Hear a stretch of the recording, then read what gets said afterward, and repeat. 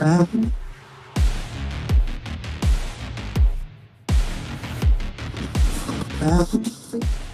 I'm going to take time in this build to show how I do figures again. I've tried to make a few of these videos and each one gets a little bit better, so I'm going to try again.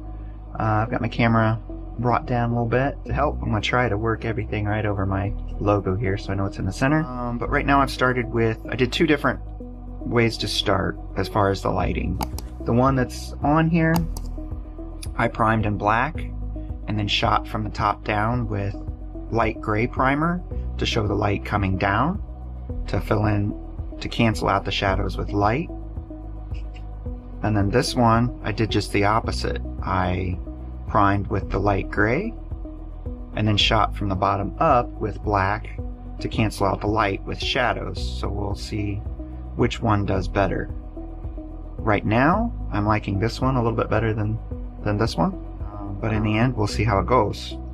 This is the Fairey Swordfish Mark II from Tamiya, and this is the guy that I'm going to be painting.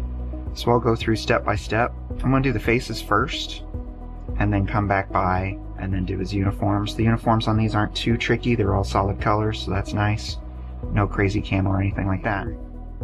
My skin tone colors that I usually mix, they're all Vallejo model colors, and they're from the Painting Faces set that came from them.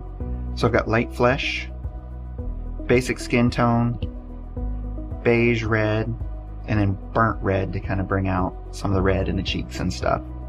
So what I'm going to do is I'm going to get these on my palette in kind of an order. I'll line them up light to dark on my palette.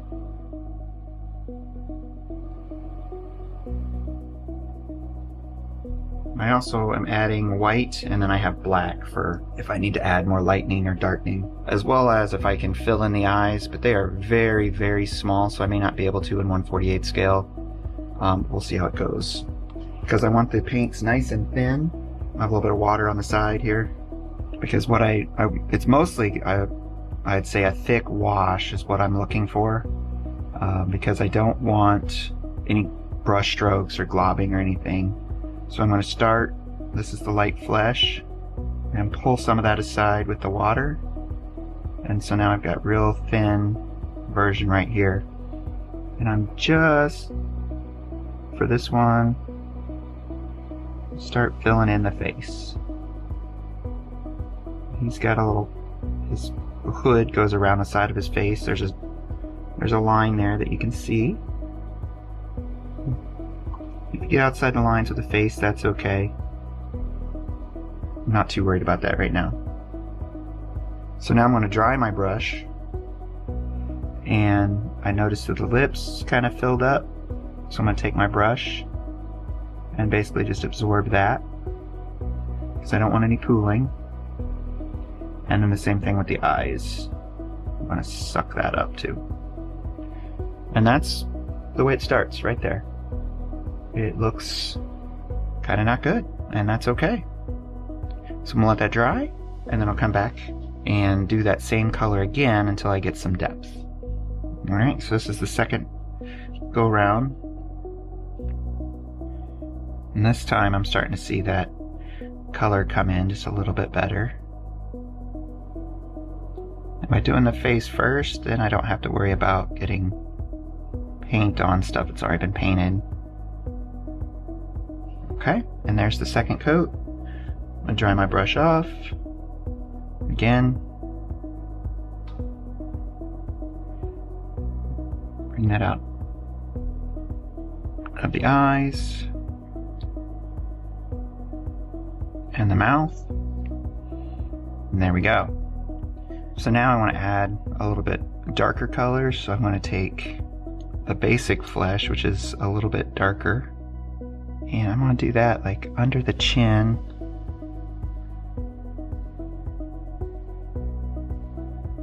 There, under the nose, like under the eyes.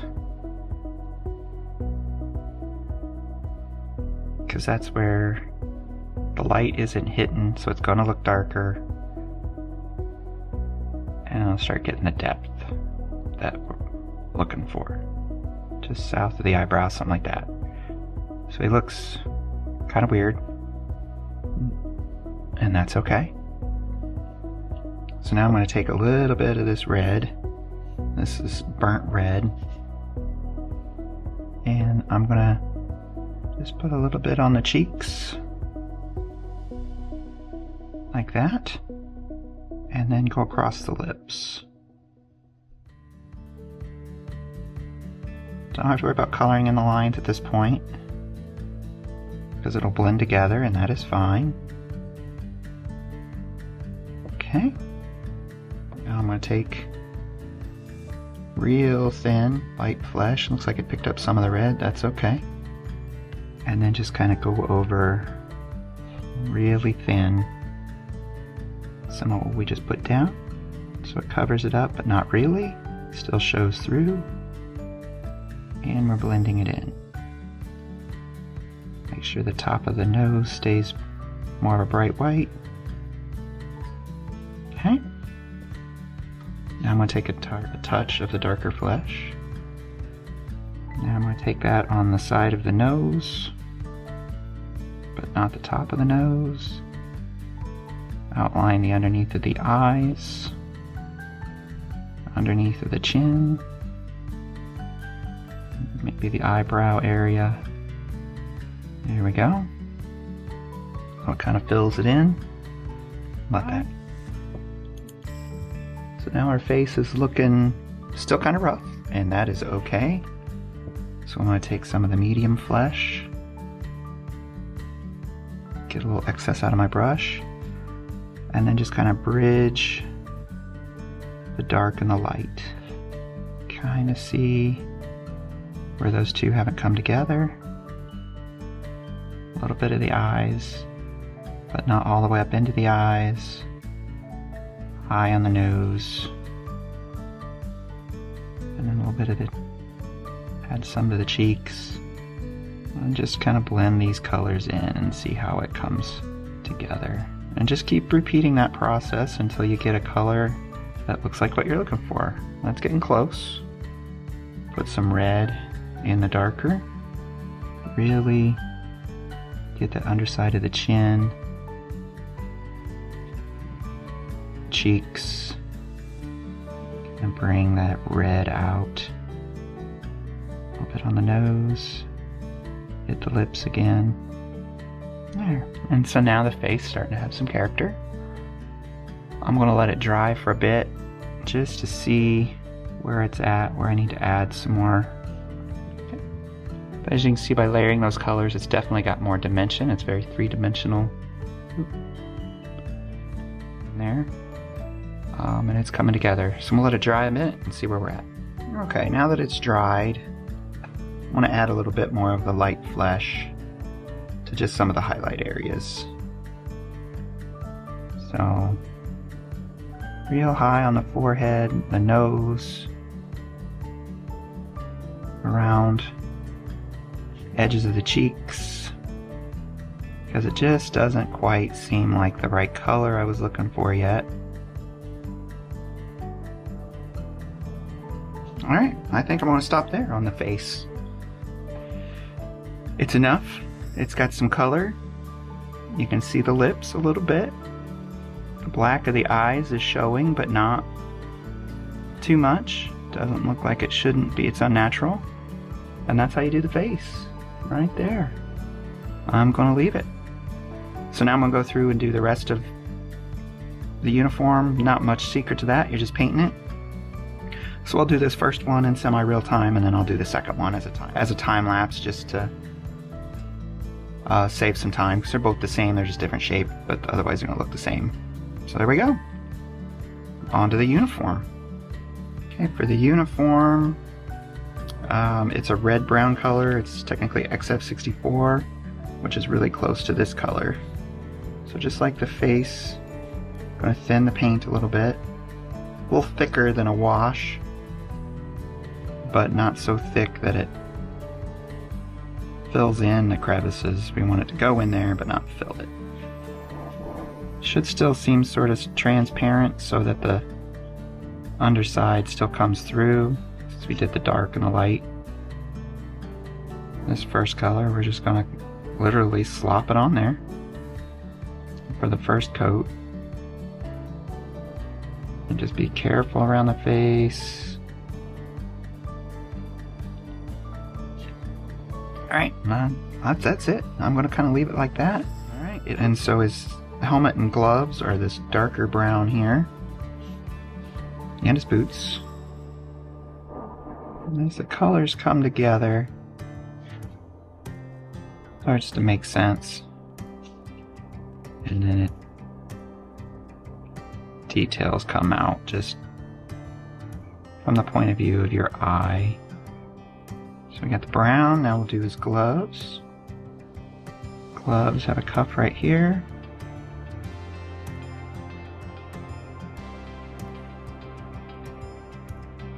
Just like that.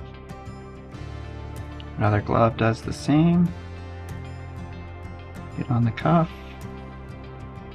and bring it forward. Try not to overlap the colors so that you can definitely see that there's a difference. Right now it's looking different, it's good. His helmet is this color too, or his hat, I don't know if it's a helmet or a hat, we'll call it a helmet. It comes down to the side here.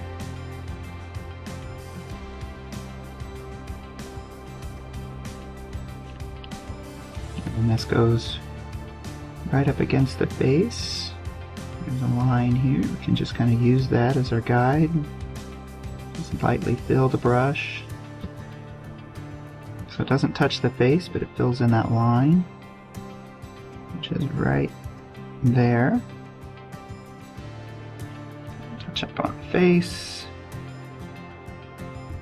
So now I'm going to do his furry collar on his coat. And that's a deck tan. That's going to be tricky. Actually, all of the over colors on there will add depth, and that is okay. It's got a lot of texture, so you don't want too much paint on your brush so you don't fill it in, but you got to get the color in there. Using a nice thin brush that's straight. So there's his furry collar, and then we're going to go back XF3. That's a flat yellow. That's this guy here. Yellow's a tricky paint. It takes layers and coats to fill in, but since it's thin, I'm just letting the brush get close to the crevices. Alright, I think that's yellow enough. Gets the look in there. Okay, and the straps are a different color. XF57 is the buff color. So all of these backpack straps are this buff color. Just use the point of your pointy brush. Stay away from what you just painted, it's a little wet. And just act like you're drawing those straps on. Takes a little patience. Using the tip of your brush, fill those in nice and easy. It's a raised area, so you don't have to worry so much about overage. It's not so bad. I'll come back to those. Alright, and there's his straps. I'll do two things to kind of make them stand out. I'm noticing this color and that color are really close. I got a little bit of this ivory white. I'm going to kind of really make it thin. Just kind of wash the ivory white on there just to lighten his collar up just a little bit. Just help it stand out. There, now it stands out just a little bit more. And then for he's got like a neckerchief thing going on. Add a little red. And to make that stand out, but it's a burnt red, so it's still kind of brown. So even if it's not right, it just looks like it could be the sun coming off of it. Strap going across. So there we go. Just adds a little detail to his uniform. So it's coming together nicely.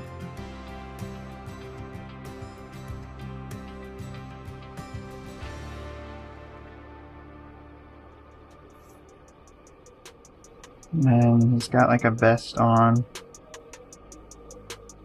And that's this color here to kind of fill in a little bit. Okay.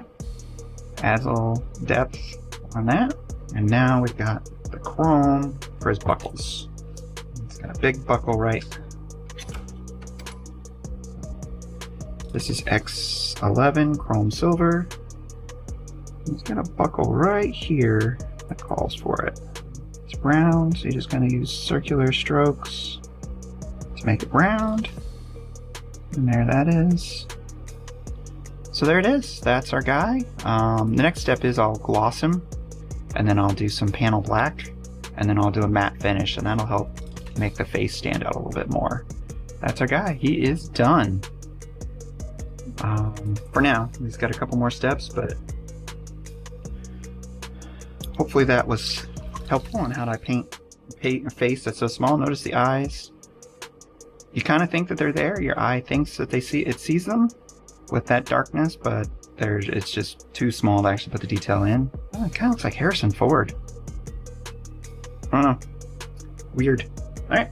So now I'm going to do this guy. I'm just going to do time lapse and just crank it out, and then I'll do the next steps together.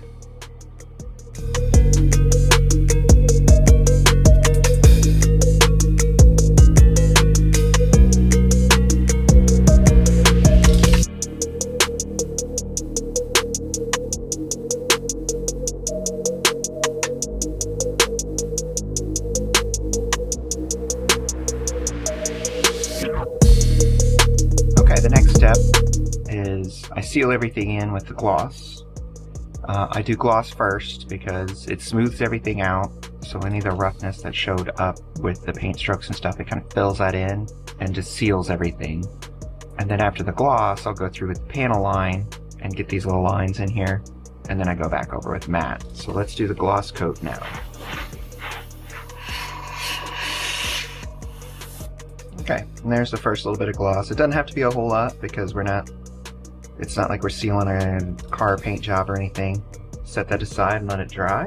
And okay, now I'm going to use the Tamiya panel line accent color. And what this is just real thin enamel paint. It's like water. And you just kind of touch the crevices. And it's going to look scary, like, uh-oh, you're ruining everything. The good thing with the gloss, and then the fact that this is enamel, I'll go back over with enamel thinner, and it just wipes right off, but it doesn't mess with your colors. So you just touch it to where your lines are. If you get too much, just brush to suck it back out. Dab it on. Just brings out the details, gives it more shadow. Makes a difference between making it look like a scale model in a cartoon. If you leave it just without panel lines, then it just looks like a drawing. Yep, getting his face too. That'll fill in the lines in the mouth, give the lines and the depth. You don't have to worry too much because it comes off. You're just like, nope, too much. It's alright, it will come off. Nice and easy if you need it to. So there's our guy roughed in with the panel line. Once that's dry, I'll come back and clean him up. Okay, now to remove the excess panel liner. It's dry now, but I don't want it all the way dry. I've got some enamel thinner. This is the Testors brand. This stuff's getting hard to find since Testors is really no longer, but any enamel thinner should work. Get it on your brush, but dab off the excess, and then just anywhere that the panel liner is like, doesn't look like it goes there, just wipe it off with your brush. Try not to get too crazy and take it out of all the lines. You can thin up the lines, like this line I need to thin up a little bit. You want to make sure it stays in the lines but isn't pooled up on the flat surfaces. I like how it's in the lines. There's a couple flat surfaces I'm just not sure about. So I'm using the broad side of my brush to just knock it off the surface. But then it'll stay in the lines. Like the back, that's looking pretty good. Here it's a little full, so thin it out just a little bit. I think there's just got a little too much. Thin it out a touch. Now the face. to be gentle with, because I still want it to kind of be in the lines, but not as much. So I'm trying to leave it around the eyes, but I'm trying to get it really well off the cheeks. And then I like how it filled in the spots here, so I don't want to get too much off of that. I think I'm probably there. Alright, there's the guy final. Panel lines very visible but cleaned up right there. There he goes. And the face is much better. See how it's smoothed out the face and it's got more of a skin tone. Now when I do the matte finish, that'll seal all that in. It'll be good to go. Okay, and then to finish it off, I've got Vallejo matte varnish in here. I'll give it a quick spray. It looks like it goes on glossy, but it sure does dry very matte. I'll let that dry. Alright, and there they are, all done. Nice matte finish. Still lets the metallic silver buckle sparkle. You can really see the line and the detail with the panel lining. And everything's sealed in with the matte varnish. Now it looks more lifelike.